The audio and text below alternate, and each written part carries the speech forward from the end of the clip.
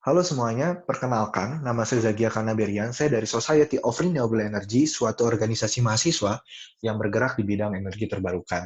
Pada kali ini, saya akan membawakan materi dengan judul Sejam Pinter Energi Terbarukan. Materi ini tuh cocok untuk kalian yang belum tahu energi terbarukan itu apa, yang nantinya itu kalian ingin bercerita nih, energi terbarukan itu seperti apa. Karena kan kita tahu kalau energi terbarukan itu sedang booming di dunia. Dan juga untuk kalian yang sudah tahu energi terbarukan itu apa, pada materi ini juga ingin mengajak kalian untuk berdiskusi nih, masalah-masalah yang ada di energi terbarukan itu seperti apa, inovasinya itu gimana, dan bagaimana caranya menghadapi tantangan-tantangan untuk energi terbarukan. Outline kali ini dibagi menjadi tiga. Yang pertama, kenalan dengan energi. Yang kedua, peran energi terbarukan menghadapi tantangan dunia. Dan yang terakhir adalah menaikkan peran energi terbarukan. Langsung saja kita masuk ke yang pertama, yaitu kenalan dengan energi. Jadi, energi diklasifikasikan menjadi dua. Yang pertama adalah tidak terbarukan, yang kedua adalah baru dan terbarukan. Kita yang ke pertama dulu, energi yang tidak terbarukan itu proses produksinya jauh lebih lambat daripada proses pemakaiannya. Contohnya, itu minyak, batu bara, dan juga gas. Jadi energi ini berasal dari fosil yang tertimbun jutaan tahun lalu kita manfaatkan saat ini. Nah, yang kedua, baru dan terbarukan. Untuk definisi ini, saya menganjurkan kita menganut Undang-Undang Nomor 30 Tahun 2007, yang nantinya akan saya jelaskan kenapa kalian harus menganut Undang-Undang Nomor 30 Tahun 2007.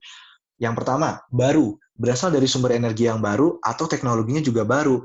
Itu bisa bersumber dari yang terbarukan dan juga tidak terbarukan. Nah, contohnya nih ya, ada dari coal base methane, ada liquefied natural juga, lalu ada hidrogen, ada nuklir. Nah, di sini saya bisa mengambil contoh nih, coal base methane. Dia kan sumbernya dari energi fosil, kok bisa disebut energi baru? Nah, tadi definisinya kan bilang berasal dari teknologi yang baru. Nah, kan coal base methane itu menggunakan teknologi yang belum ada sebelumnya, makanya coal base methane itu dikategorikan menjadi energi yang baru. Untuk energi terbarukan, definisinya adalah berasal dari sumber energi yang berkelanjutan jika dikelola dengan baik. Contoh-contohnya itu apa? Panas bumi, matahari, angin, air, bioenergi, terus energi maritim, dan juga ocean thermal energy conversion. Nah, kalian harus highlight nih di sini, berkelanjutan, terus juga dikelola dengan baik. Kenapa hal ini penting untuk di-highlight? Karena ada orang yang beranggapan bahwa panas bumi itu tidak termasuk energi terbarukan, karena energi itu akan habis setelah 30 tahun. Itu memang benar sebenarnya, tetapi hal itu juga bisa disebabkan dari pemakaian atau proses pemanfaatannya terlalu masif dan juga di luar batas dari energi itu sendiri. Nah, makanya jika kita menggunakan panas bumi dengan baik dan bijak, energi itu bisa dikategorikan menjadi energi yang berkelanjutan. Nah, di sini makanya penting nih kita pakai Undang-Undang Nomor 30 Tahun 2007. Kita langsung masuk saja kali ya ke jenis-jenis jenis-jenis energi itu sendiri. Yang pertama adalah jenis energi matahari.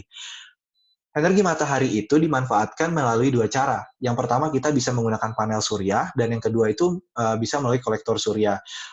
Dalam sektor listrik, untuk panel surya itu bisa langsung dikonversikan dari matahari menjadi listrik. Tapi untuk yang kolektor surya itu harus melakukan suatu proses lagi untuk menjadi energi listrik. Kita langsung masuk dulu kali ya ke yang panel surya. Panel surya ini sudah dimanfaatkan di rumahan-rumahan di dunia. Di Indonesia juga sudah ada, dan juga sudah ada peraturan yang mengatur tentang penggunaan panel surya di rumah-rumah di Indonesia. Jadi, ketika kita memasang panel surya, kita akan mendapatkan tambahan energi listrik dari matahari ketika siang hari atau ketika matahari itu sedang bersinar. Jadi energi matahari ini langsung dikonversikan nih menjadi listrik. Gelombang-gelombang dari matahari dia akan menabrak panel surya. Di panel surya itu ada elektron-elektron. Nanti elektronnya itu akan mengalir. Singkat cerita, jadilah energi listrik di situ. Nah, sistemnya itu bisa dipakai di luar sistem PLN, disebutnya off-grid. Contohnya nih ya, biar kalian lebih terbayang, kalian punya rumah di daerah yang terpencil. Tidak dilalui oleh transmisi PLN. Jadi kalian tidak mendapat energi dari PLN nih, tapi kalian membutuhkan listrik. Kalian itu bisa menginstal panel surya di rumah kalian yang di situ. Jadi kalian bisa mendapatkan energi listrik dari panel surya. Nah, sistem tersebut disebut dengan off-grid. Nah, yang kedua adalah kolektor surya. Kolektor surya itu bisa dimanfaatkan dengan skala kecil dan juga besar. Untuk yang skala kecil, kalian mungkin pernah lihat di atas-atas rumah ada alat seperti ini. Alat ini tuh disebutnya pemanas air. Tapi pemanas air ini bukan dari energi listrik memanaskannya, tetapi dari energi matahari. Panas dari matahari langsung diserap oleh alat ini untuk memanaskan air yang ada di alat ini yang nantinya kalian pakai bisa dipakai untuk mandi atau memasak gitu. Nah, untuk yang skala besar itu biasanya kita menggunakannya untuk membangkitkan energi listrik. Jadi panas dari matahari akan dipanturkan oleh kolektor surya untuk memanaskan suatu fluida. Misalkan ya, biar lebih terbayang. Jadi ada fluida yang dipanaskan uh, oleh panas matahari, nantinya panas itu bisa digunakan untuk memanaskan suatu cairan lain, misalkan air di sini. Air di sini dipanaskan oleh suatu cairan lain melalui suatu pemanas, jadi air itu akan berubah fasa dari cairan menjadi uap gitu kan. Nah, salah satunya kan kalian pernah tahu nih di pembangkit listrik tenaga uap. Jadi uap yang dihasilkan itu membakar dari batu bara, lalu air itu berubah menjadi uap yang nantinya uap akan menggerakkan turbin. Di sini juga bisa, tapi dipanaskannya itu melalui sinar matahari. Yang kedua, itu kita masuk ke energi angin. Energi angin itu dibagi menjadi dua nih. Yang pertama adalah onshore, yang kedua adalah offshore. Untuk yang onshore, itu bisa digunakan skala kecil dan juga skala besar. Untuk yang skala kecil itu kita menggunakan turbin sumbu vertikal. Nih, contohnya dalam gambar yang ini. Turbin ini cocok digunakan di rumah-rumah kalian karena tidak membutuhkan space yang besar.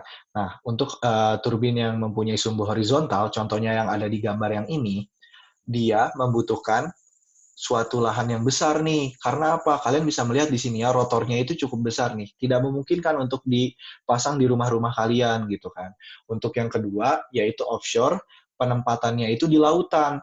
Tapi turbinnya itu hampir sama dengan yang di daratan, yang horizontal tadi. Bedanya yaitu struktur yang ada di bawah air ini.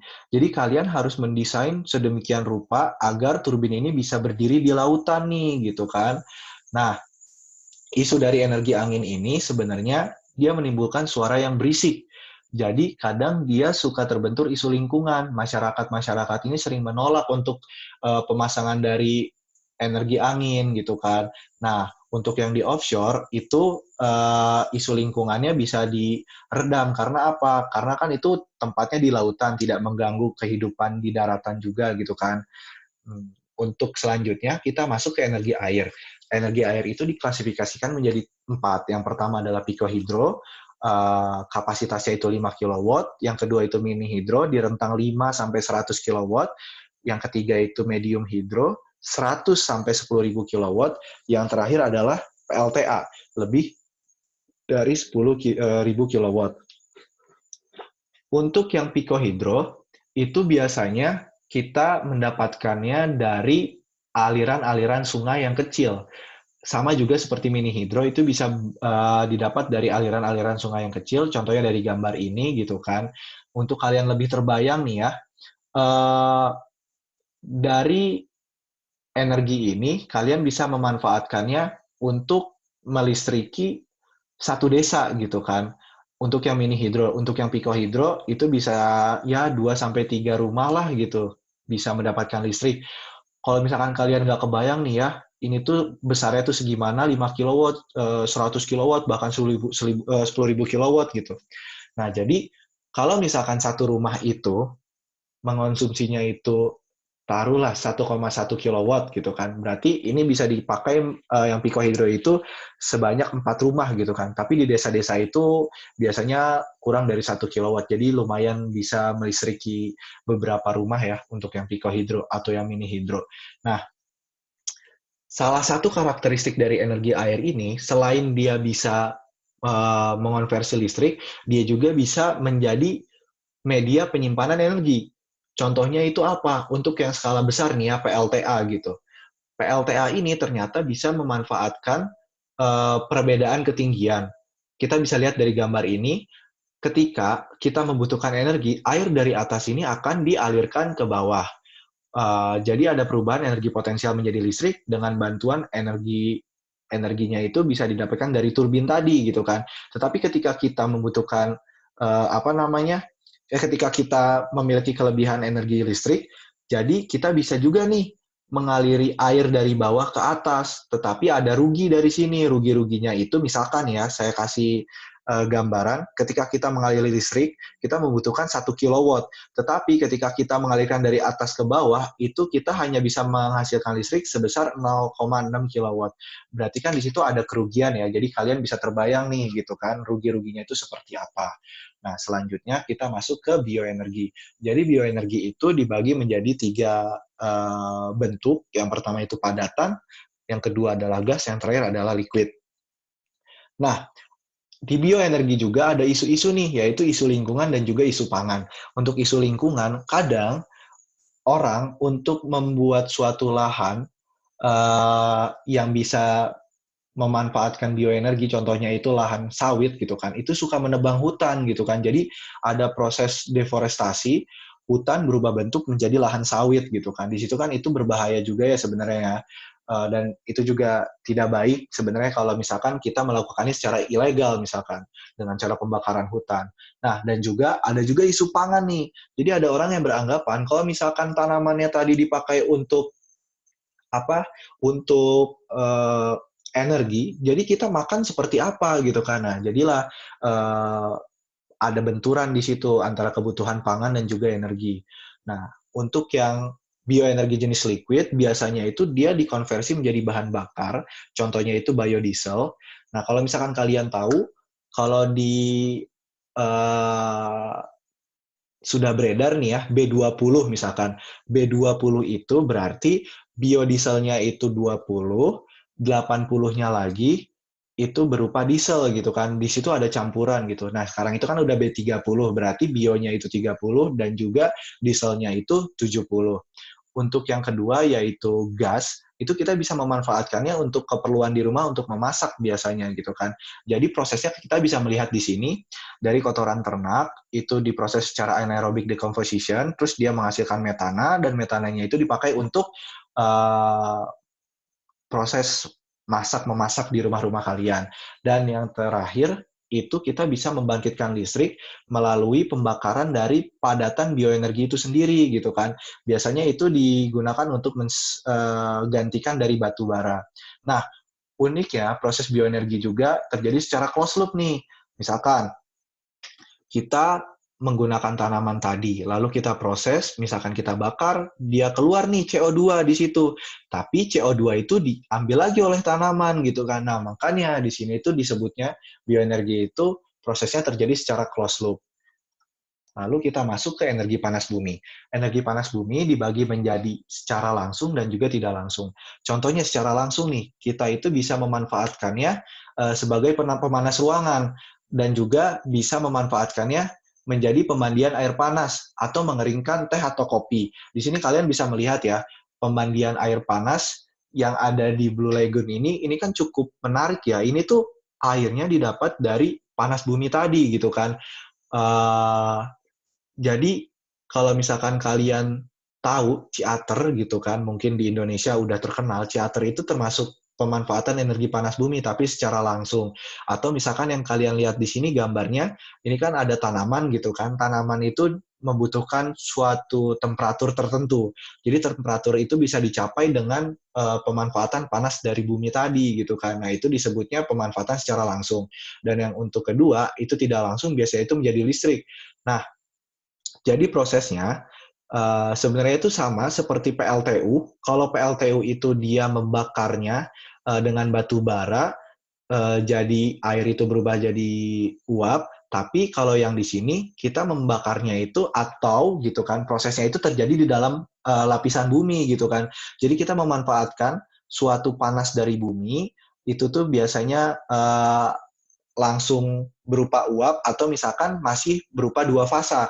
Tapi kalau misalkan yang dua fasa itu tidak langsung dialirkan ke turbin. Biasanya yang dua fasa itu dimasukkan ke suatu alat yang bisa memisahkan nih antara fasa uap dan juga fasa cair. Itu disebutnya separator, pemisah. Nah, sistem-sistemnya itu bisa berupa sistem uap kering, sistem biner, sistem flash, dan sistem hybrid. Nah, untuk yang sistem uap kering itu yang tadi, kalau misalkan dari dalam bumi itu udah berupa uap. Nah, untuk yang sistem flash itu, uh, kita biasanya fluidanya masih dua fasa, jadi kita perlu memisahkan dengan separator. Kalau yang sistem biner itu biasanya uh, panas yang didapatkan dari dalam bumi itu tidak terlalu panas gitu kan. Jadi kita memanaskan suatu fluida lain yang temperaturnya lebih rendah daripada temperatur air. Misalnya di sini jenis cairannya itu berupa refrigeran, misalkan fluida refrigeran. Nah itu bisa dimanfaatkan dengan panas yang dari dalam bumi yang tidak terlalu tinggi atau disebutnya itu medium temperatur atau medium enthalpy. Nah, panas bumi juga mempunyai isu nih, isunya itu terbentur masalah lingkungan. Di sini ada masyarakat yang berpendapat bahwa kalau misalkan mereka melihat pipa-pipa yang besar, mereka itu melihat itu seperti naga disebutnya itu. Karena itulah culture di Indonesia masih menganut suatu mitos-mitos ya. Atau misalkan ada yang percaya kalau lahan ini tuh ada penunggunya. Atau misalkan ada roh-roh leluhur mereka di situ. Nah, ini sebenarnya terjadi nih di lapangan gitu kan, ketika perusahaan ingin membangun panas bumi di tempat tersebut, tapi terbentur oleh isu-isu tersebut. Nah, isu inilah yang sangat penting dan juga uh, sering dijumpai dalam pembangkitan energi dari panas bumi. Nah, biasanya perusahaan itu memakai strategi seperti ini. Mereka mengambil beberapa orang dari daerah tersebut untuk bekerja bersama mereka. Dengan memperkerjakan anak daerah, timbullah suatu paradigma dalam masyarakat tersebut bahwa oh ada anak dari kita nih yang bekerja di tempat situ, ya udah kayaknya kita ikuti saja ketika mereka ingin memanfaatkan lahan tersebut, toh ada bagian kita yang bekerja dari mereka. Nah, strategi ini sudah dibuktikan oleh beberapa perusahaan dan juga berhasil nih dilakukannya gitu kan. Nah, itulah contoh-contoh dari isu di panas bumi. Kita langsung ke energi maritim. Energi maritim ini dibagi menjadi dua. Yang pertama itu energi gelombang, berasal dari gelombang baik di lautan ataupun di sungai. Yang kedua itu energi tidal, berasal dari pasang naik dan juga surut. Itu dampak dari rotasi bumi. Nah, dalam gambar yang ini kalian bisa melihat uh, energi tidal yang dimanfaatkan di lautan. Dan juga diperjelas dalam gambar yang ini. Ketika dia ada aliran yang masuk ke sini, dia akan menggerakkan turbin, dan juga ketika ada aliran sebaiknya dia akan menggerakkan turbin gitu. Karena ini terjadi antara pasang naik dan pasang surut akibat dari rotasi bumi. Dan yang kedua ini kan dari gelombang nih ya. Ketika ada gelombang di sini kalian bisa melihat gambar ini, dia akan menggerakkan alat ini. Alat ini akan naik dan turun, lalu dia akan memompakan air dan juga air itu memiliki tekanan. Nah, ketika air bertekanan itu dimanfaatkan untuk menggerakkan turbin, turbin itu akan menghasilkan listrik. Lalu setelah keluar dari turbin, dia dialirkan lagi ke dalam laut. Nah, itu contoh-contoh dari energi maritim. Nah, untuk yang terakhir, itu adalah Ocean Thermal Energy Conversion. Jadi, pada dasarnya, di lautan itu, dia ada perbedaan temperatur antara temperatur yang atas karena paparan langsung sinar matahari dan juga temperatur di bawah uh, permukaan tadi. Nah, untuk mendapatkan uh, energi, biasanya temperaturnya itu harus memiliki beda 20 derajat. Ini contoh yang udah dilakukan pilot project. Nah, Ocean Thermal Energy Conversion atau OTEC ini belum dimanfaatkan secara komersial. Ini masih berupa pilot-pilot project saja gitu kan. Nah, di sini ada dua siklus nih. Yang pertama itu siklus tertutup dan juga terbuka. Untuk yang siklus tertutup, ini ada dua fluida yang dipakai. Yang pertama itu fluida yang dipakai di sini, yang dipakai untuk menggerakkan turbin, disebutnya fluida amonia biasanya. Nah, fluida amonia itu kan titik didihnya rendah. Jadi, dia itu dipakai untuk menggerakkan turbin tadi dengan skema permukaan atas yang lebih panas, jadi ketika dia ada di permukaan atas, dia itu terjadi penukaran energi di sini gitu kan. Jadi amonia tadi akan dipanaskan oleh air yang berada di permukaan tadi. Lalu dia berubah fasa menjadi uap.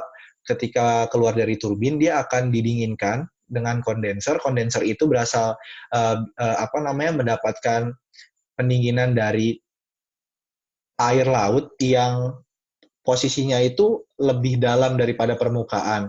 Nah, jadi ini disebutnya sistem uh, tertutup. Untuk yang sistem terbuka, dia itu semuanya menggunakan fluida dari laut tadi. Permukaan lautnya juga digunakan untuk proses penukaran panas dan juga yang bawahnya itu untuk pendinginan juga gitu. Nah, jadi singkatnya Ocean Thermal Energy ini dia memanfaatkan perbedaan temperatur untuk mengubah suatu fasa dari cairan menjadi juga uap untuk dipakai menggerakkan turbin. Jadi ada dua di sini, siklus tertutup dan juga siklus terbuka. Siklus tertutup ada dua fluida, siklus terbuka hanya satu fluida. Sekarang kita masuk ke potensi energi di Indonesia. Kalian bisa lihat di sini, panas bumi mempunyai potensi sebesar 29.000 megawatt, yang hydro itu mempunyai potensi sebesar 75.000 megawatt, dan mini dan micro hydro itu 19.000 megawatt. Ini kita bedakan antara hydro dan juga mini dan micro hydro sesuai dengan penjelasan yang saya tadi jelaskan. Kalau yang mini itu dipakainya untuk yang skalanya kecil gitu ya, biasanya itu di aliran-aliran sungai gitu. Terus kalau yang bioenergi potensinya sebesar 32.000 megawatt, untuk yang matahari potensinya 207.000 megawatt, untuk angin 60.000 megawatt, dan untuk ocean itu sebesar hampir 18.000 megawatt. Nah, kenapa kok dibedakan ya antara hydro dan juga ocean gitu kan? Karena yang di ocean ini tadi, dia itu termasuk yang energi maritim dan juga energi ocean thermal conversion tadi. Nah, jadi dari sini kalian bisa melihat nih bahwa Indonesia itu sebenarnya kaya akan energi terbarukan. Untuk peringkat-peringkatnya, saya mengambil hasil dari penelitian oleh Evans. Dalam penelitiannya disebutkan bahwa peringkat pertama itu angin, yang kedua itu hydro, dan juga yang ketiga itu adalah panel surya. Ini penelitian dilakukan tahun 2009, tetapi untuk penelitian sekarang, panel surya itu dia sudah masuk ke posisi 2 dan juga sedang menuju untuk proses yang lebih baik dan nantinya akan menggeser energi dari angin itu sendiri. Nah, untuk aplikasi energi terbarukan, itu bisa dipakai untuk memasak, untuk memanaskan tempat dan air, untuk sektor transportasi berupa bahan bakar, dan juga bisa dipakai untuk energi listrik dan menyuplai kebutuhan industri. Sekarang kita masuk ke peran energi terbarukan menghadapi tantangan dunia. Nah, jadi energi terbarukan itu, ketika kita berbicara mengenai energi, kita tidak boleh hanya memikirkan energi itu sendiri. Jadi ketika kita berbicara dengan energi, kita harus memasukkan indikator-indikator yang lain. Contohnya itu lingkungan, sistem sosial, dan juga ekonomi. Nah, di sini juga kalian bisa melihat ya, energi dan juga daya. Ini tuh ada perbedaan nih. Kalau daya, dia itu lebih ke arah sistem pendistribusian. Jadi kan ketika kalian mendapatkan listrik dan bisa sampai ke rumah-rumah kalian, itu kan melalui proses pendistribusian. Nah, sistem pendistribusian itu disebut juga sistem daya. Nah, jadi ketika kalian itu memandang suatu energi, emang sepertinya kalian harus menggunakan beberapa indikator ini gitu kan. Nah, indikator-indikator dan pemikiran ini saya mendapatkannya dari IRENA, suatu agensi internasional yang fokus di renewable energy. Nah, sekarang kita masuk ke situasi energi. Kita bisa melihat bauran energi. Di sini, yang warna abu-abu berasal dari batu bara, yang warna biru langit itu hidro dan juga nuklir, yang merah gas, dan yang oranye itu renewable energi terbarukan. Kalian bisa melihat ya dari grafik ini, bahwa fosil atau batu bara di sini itu terus turun dari tahun ke tahun. Tetapi ada juga nih yang naik. Yang naik adalah energi terbarukan. Nah, di sini kalian bisa melihat nih, kalau misalkan energi terbarukan itu emang sudah mulai diminati di dunia gitu kan.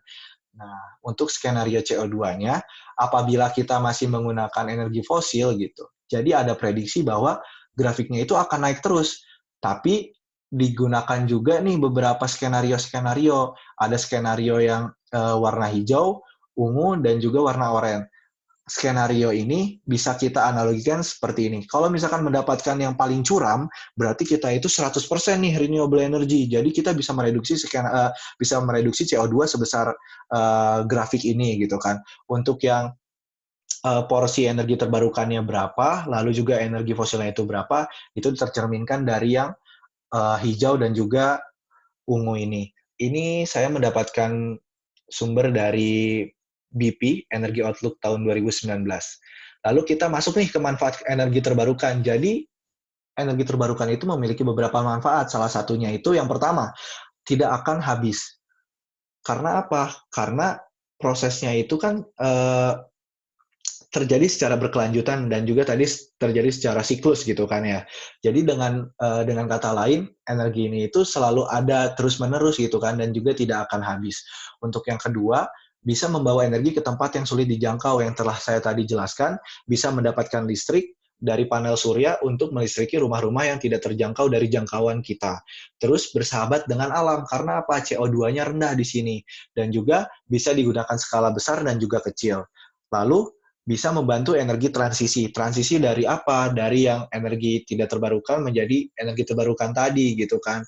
Dan juga yang terakhir adalah bisa mencapai kedaulatan energi. Kenapa kedaulatan energi itu penting? Saya kasih analogi.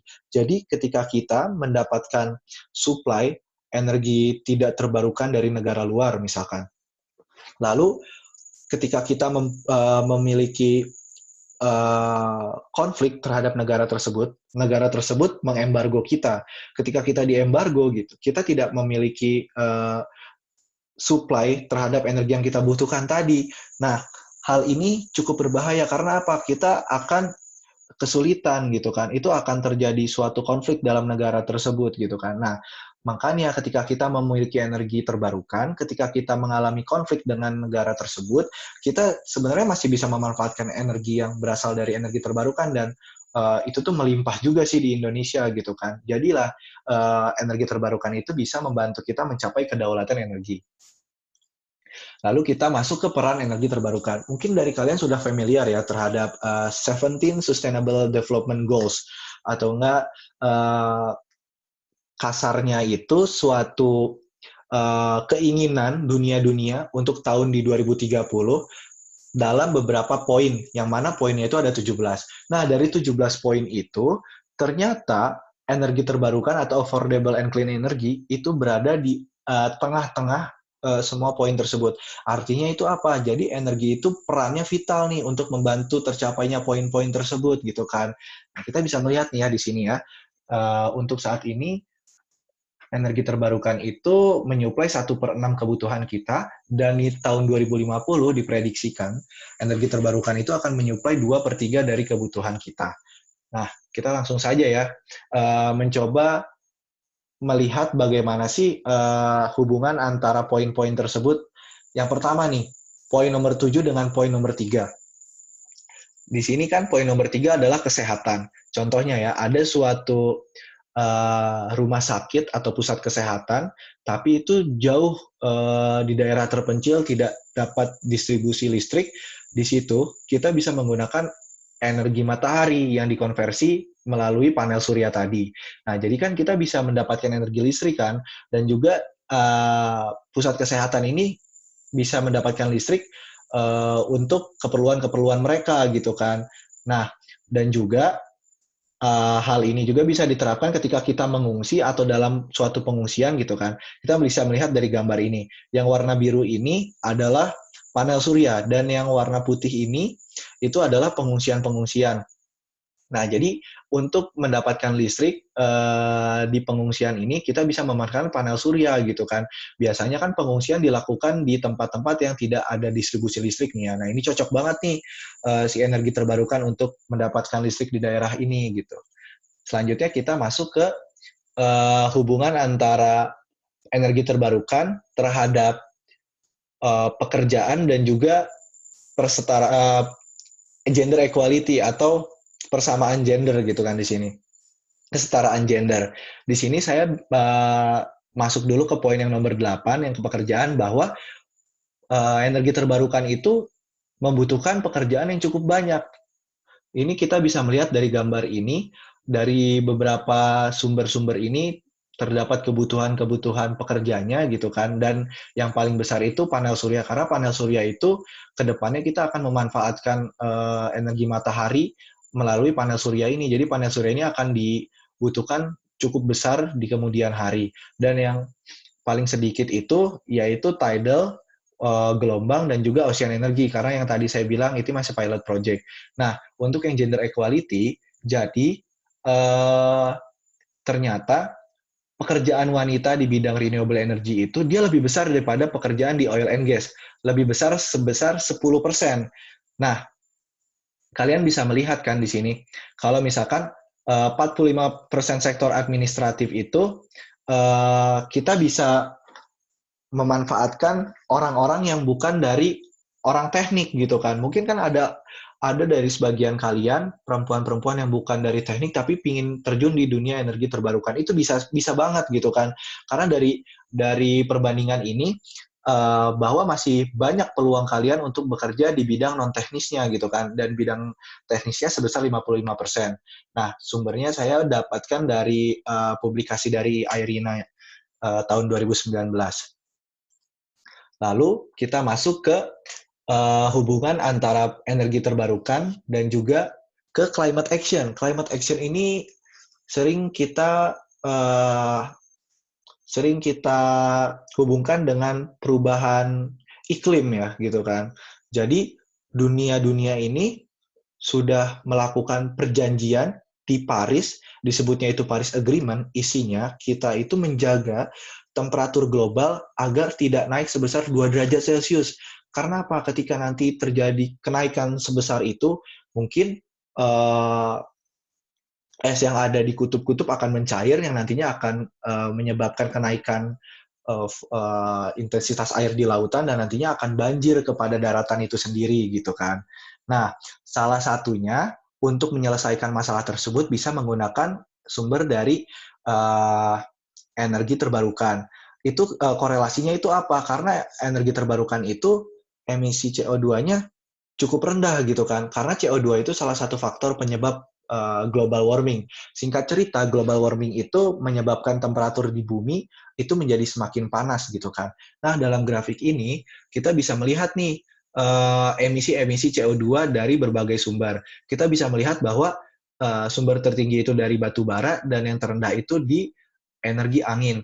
Nah, mungkin kan kalian bertanya ya, ini tuh emisinya berdasarkan apa gitu kan? Ini tuh berdasarkan keseluruhan dari proses awal hingga proses menjadi energi listrik gitu kan.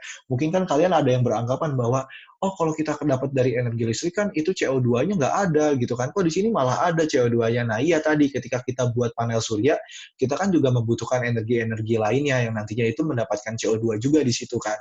Nah tapi CO2 yang dihasilkan itu masih di bawah dari energi tidak terbarukan atau juga energi fosil. Nah, untuk yang sebelah kanan, ini skenario-skenario tadi yang misalkan kita menggunakan renewable energy akan mereduksi CO2 sebesar apa. Lalu kita lanjutkan. Sekarang kita berbicara mengenai harga energi terbarukan. Ada yang beranggapan bahwa energi terbarukan itu tidak bisa berkembang pesat karena harganya itu masih tinggi gitu kan. Iya, memang betul sekali.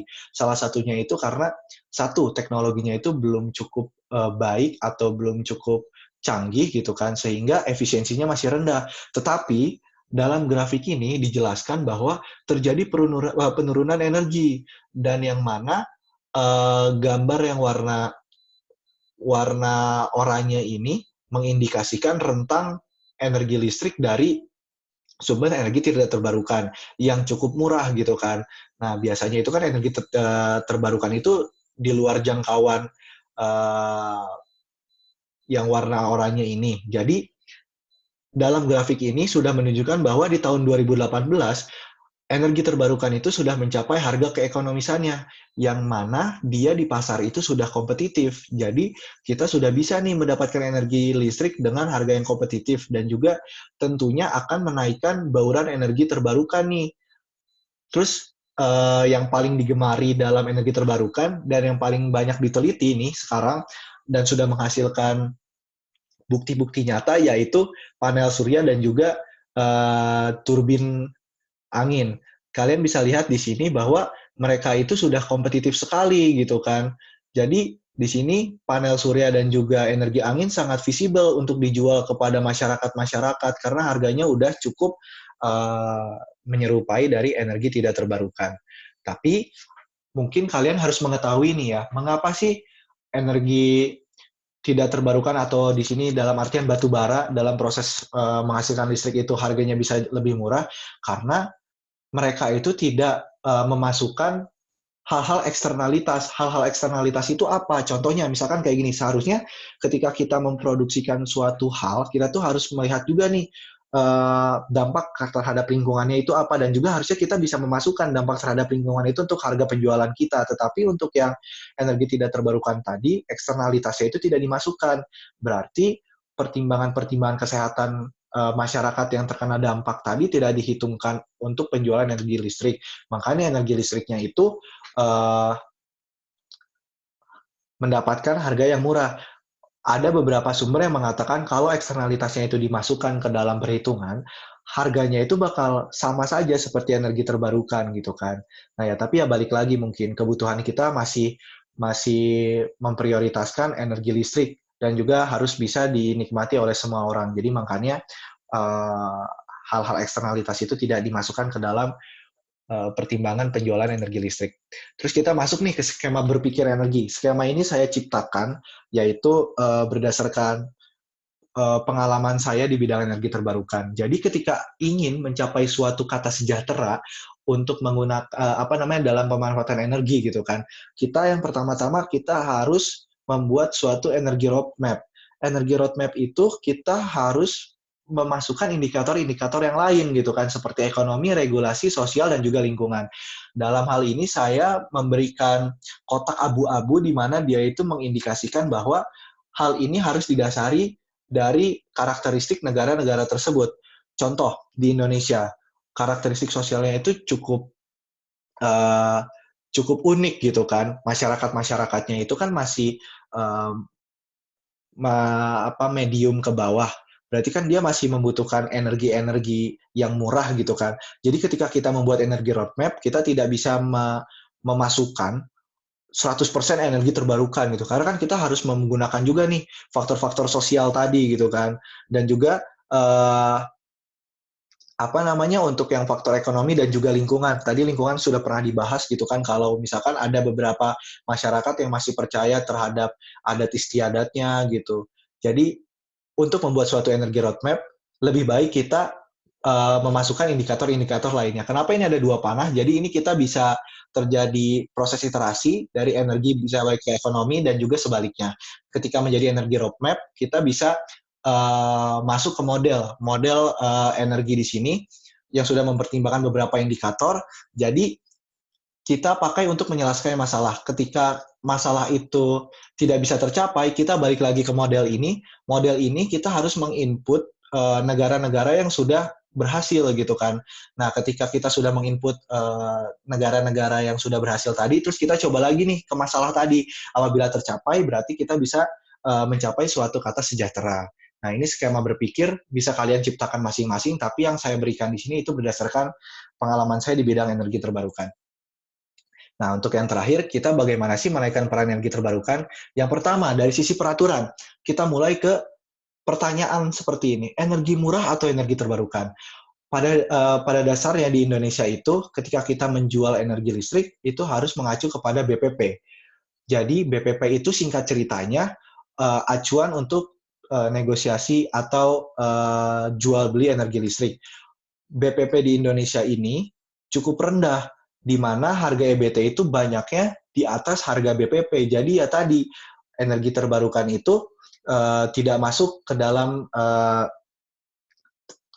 rentang harga yang diminati oleh masyarakat gitu kan. Tetapi untuk hal ini ESDM itu udah memberlakukan tarif khusus nih untuk EBT gitu pada Permen nomor 4 tahun 2020, di mana hal ini itu membantu sekali nih untuk penjualan energi yang berasal dari terbarukan. Salah satunya itu dimasukkan beberapa parameter berupa teknologi dan juga dampak dari lingkungan itu sendiri. Nah, hal tersebut membuat EBT lebih menarik. Tetapi untuk kalian yang ingin berbisnis di bidang EBT gitu. Jadi untuk Indonesia bagian timur, harga penjualan listriknya itu tinggi, bisa mencapai belasan ribu. Hal ini cukup menarik untuk investor-investor atau mungkin kalian mau bisnis di bagian sana. Tetapi ya balik lagi, untuk di bagian timur itu pasarnya belum semenarik di bagian yang barat seperti Pulau Jawa. Nah, sekarang ada pertanyaan lagi, bagaimana kalau misalkan kita membebaskan masyarakat untuk memilih gitu? Sekarang kita harus bertanya lagi, apakah teknologinya sudah siap? Apakah regulasinya sudah siap? Nah, yang tadi, ketika kita ingin mendapatkan energi listrik berasal dari energi terbarukan, berarti kan kita harus bisa memilih nih ya, oh ini listriknya dari energi terbarukan. Nah, itu kan membutuhkan teknologi yang canggih gitu kan. Di Indonesia itu masih belum siap. Terus ada lagi pertanyaan, apakah boleh ada tandingan untuk PLN? Sejauh ini, pada tahun 2019, pemerintah itu belum menerapkan hal tersebut. Mungkin kan ada pertanyaan dari kalian tentang Pertamina mempunyai tantangan dari perusahaan-perusahaan lain seperti Total atau BP atau Shell gitu kan. Jadi kan itu harganya lebih kompetitif gitu kan. Tapi untuk yang sisi listrik ini masih belum ada pergerakan ke arah situ. Nah, yang terakhir itu bagaimana jika EBT diberi insentif? Kita balik lagi ke pertanyaan, prioritas mana nih yang ada di Indonesia gitu kan. Jadi di Indonesia ini masih membutuhkan energi listrik. Nah, maka dengan kata lain, kita lebih memilih energi listrik yang murah untuk bisa dijangkau di masyarakat-masyarakat Indonesia. Jadi kalian harus harus mementingkan prioritas utama juga, jangan terlalu mementingkan suatu hal yang terlalu ideal gitu kan, karena uh, berdasarkan perkembangan zaman, mungkin harga-harga dari energi terbarukan itu bisa mencapai harga yang ekonomis gitu. Nah, di sini kalian harus juga berinovasi nih, menciptakan bagaimana suatu teknologi yang bagus bisa menurunkan harga ekonomi dari energi baru terbarukan tadi, agar kita bisa menikmati energi terbarukan dengan harga yang murah. Seharusnya selanjutnya kita masuk ke beralih ke mode energi pintar. Jadi pada sekarang ini di dunia dia sudah menggunakan cara yang pintar nih. Untuk zaman dahulu kan energi itu masih didapatkan dari pembangkit lalu didistribusikan kepada konsumen. Lalu untuk alur keuangannya konsumen itu membayar ke perusahaan gitu kan. Jadi ini secara direksional aja gitu, tidak ada proses yang bidireksional. Nah, untuk yang cara modern, di mana ada perubahan dari konsumen menjadi prosumer. Prosumer itu apa sih? Ketika konsumen itu bisa menjual dan membeli listrik. Kok kenapa bisa jadi prosumer gitu kan? Yang tadi ketika kita menggunakan energi terbarukan, contohnya panel surya atau energi angin gitu, kita bisa menjadi produsen juga di situ. Ketika kita mempunyai kelebihan listrik, contohnya kalian itu tidak ada di rumah dan rumah kalian tetap menghasilkan listrik, kalian bisa menjualnya nih ke perusahaan, ke tetangga kalian, atau ke pembangkit listriknya tadi, gitu kan. Nah, di sini terjadi proses yang bidireksional. Energi bisa dari kiri ke kanan, dan juga keuangan bisa dari kiri ke kanan. Nah, jika terjadi kayak gitu, kita itu bisa mencapai efisiensi yang semakin baik, dan juga fleksibilitas sistem akan membaik. Kenapa gitu kan? Fleksibilitas ini tuh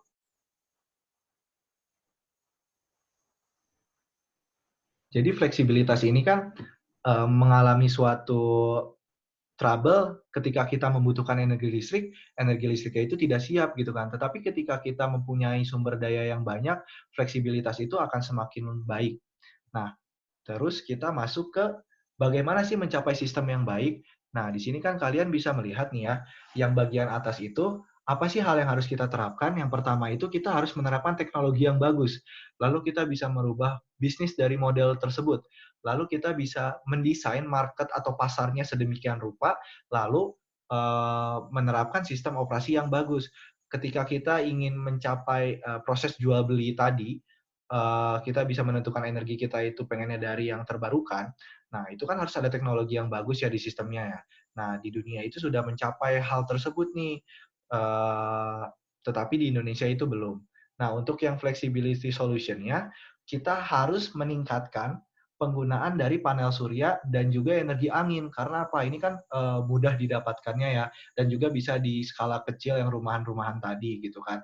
Lalu meningkatkan sistem yang fleksibel, contohnya itu ya tadi transmisinya kita rubah, semakin banyak yang lebih canggih, semakin banyak kita bisa mendapatkan atau menentukan energi yang kita butuhkan. Lalu kita bisa mereduksi harga dari sistem tersebut gitu kan. Nah, itulah hal-hal yang harus kita capai. Sekarang kita masuk ke bagaimana sih dampak dari inovasi di masa depan. Jadi di masa depan itu orang bisa melakukan trading energi. Jadi mereka itu tidak lagi trading saham, bisa juga trading energi antara rumah ke rumah. Contohnya misalkan eh, dalam satu klaster ada rumah yang sangat tinggi pemakaian energi listriknya ketika di siang hari. Mungkin di siang hari itu mereka sedang melakukan proses masak-memasak, jadi kebutuhan energi listriknya itu tinggi, tapi di satu sisi ada rumah yang ketika siang hari itu dia membutuhkan energi yang cukup kecil. Jadi kan ada kelebihan energi dari rumah tersebut. Nah, kelebihan energinya itu bisa diberikan kepada rumah yang membutuhkan energi lebih banyak daripada rumah tersebut gitu kan. Nah, hal itu tercapai kalau misalkan teknologi kita sudah canggih. Lalu kita itu bisa menyimpan energi dalam bentuk hidrogen, bahan kimia, dan juga baterai. Jadi ketika kita mempunyai kelebihan energi, bisa disimpan dalam bentuk-bentuk yang tadi. Dan yang ketiga, nanti bakal ada turbin-turbin angin nih, misalkan sambil bermain layangan gitu kan. Tentunya ukuran layangannya itu yang besar. Jadi di layangan tersebut bisa dipasang energi angin atau turbin angin. Jadi kita bisa mendapatkan energi listrik tuh dari alat tersebut gitu kan. Atau misalkan dari balon udara mungkin. Lalu dipasang ada lagi turbin angin di situ yang nantinya bisa menghasilkan listrik. Terus yang terakhir, ada persaingan antara mobil hidrogen dan juga mobil listrik. Untuk yang sekarang berkembang adalah mobil listrik. Karena untuk mobil hidrogen itu penyediaan hidrogennya masih sulit untuk dicapai gitu kan. Tapi yang listrik itu uh, sudah mulai banyak dikembangkan karena listrik mudah didapatkannya. Tetapi ada problem juga untuk mobil listrik. Ketika kita mendapatkan listrik dari energi tidak terbarukan yang emisinya itu lumayan tinggi, itu sama saja kita memindahkan masalah dari satu masalah ke masalah yang lain gitu kan. Maka dari itu, ketika kita mendapatkan listrik dari energi terbarukan, hal tersebut bisa menjawab tujuan kita untuk mereduksi CO2 di situ kan. Nah, yang di sebelah kiri ini kalian bisa melihat bahwa di tahun 2030 itu ada prediksi uh, kendaraan berlistrik itu ada 150 juta, terus konsumen yang beralih menjadi prosumen itu sebesar bisa menghasilkan 1000 gigawatt, baik dari solar PV atau juga dari energi angin, terus baterai itu bisa 180 gigawatt hour, dan harganya itu bisa turun sebesar 60%, lalu transmisinya itu sudah bagus, dan juga ada hidrogen, terus perkembangan offshore energi angin itu semakin tinggi, dan juga perkembangan panel surya yang mengapung di permukaan air. Itu menjadi suatu solusi di mana permukaan air tadi, lahannya itu kita bisa pakai untuk pemasangan panel surya. Dan yang terakhir adalah